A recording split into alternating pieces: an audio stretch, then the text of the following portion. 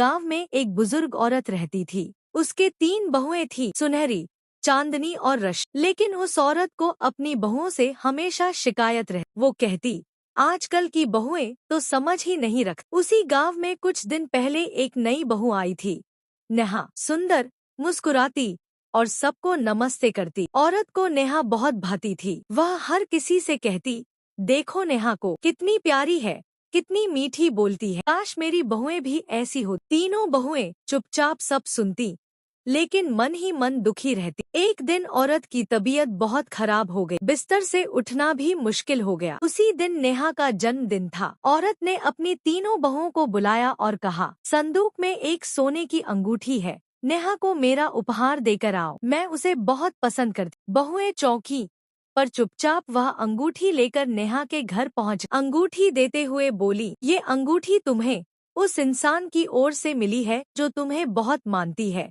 तुम्हारी फिक्र करती है। बताओ कौन है वो? नेहा मुस्कुराई और झट से 3 नाम गिना दिए, शारदा मौसी, वर्मा आंटी और स्कूल वाली मीना मैडम। बहुएं बोली, इनमें हमारी सासू माँ का नाम तो है ही, फिर भी सोच लो और नाम लो। नेहा फिर मुस्कुराई और इस बार 13 नाम गिनवा दिए, पर उन सब में भी उस बीमार सास का नाम नहीं था। तीनों बहुएं स्तब्ध रह गईं। वो चुपचाप अंगूठी लेकर घर लौटी, बीमार सास के सामने अंगूठी पटक दी और बोली, ये लो अपनी अंगूठी, जिसे तुम इतना चाहती हो, उसके दिल में तुम्हारे लिए जगह ही नहीं है, ना तुम 3 में ना 13 में। बुढ़िया की आंखों में आंसू आ गए। पहली बार उसने अपनी बहुओं को गौर से देखा, जो उसके लिए दिन रात काम करती थी, पर कभी तारीफ नहीं पाई।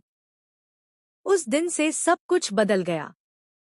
सास ने बहुओं से माफी मांगी और पहली बार दिल से कहा, माफ करना बेटियों, असली रत्न तो मेरे घर में ही थे, मैं ही अंधी थी।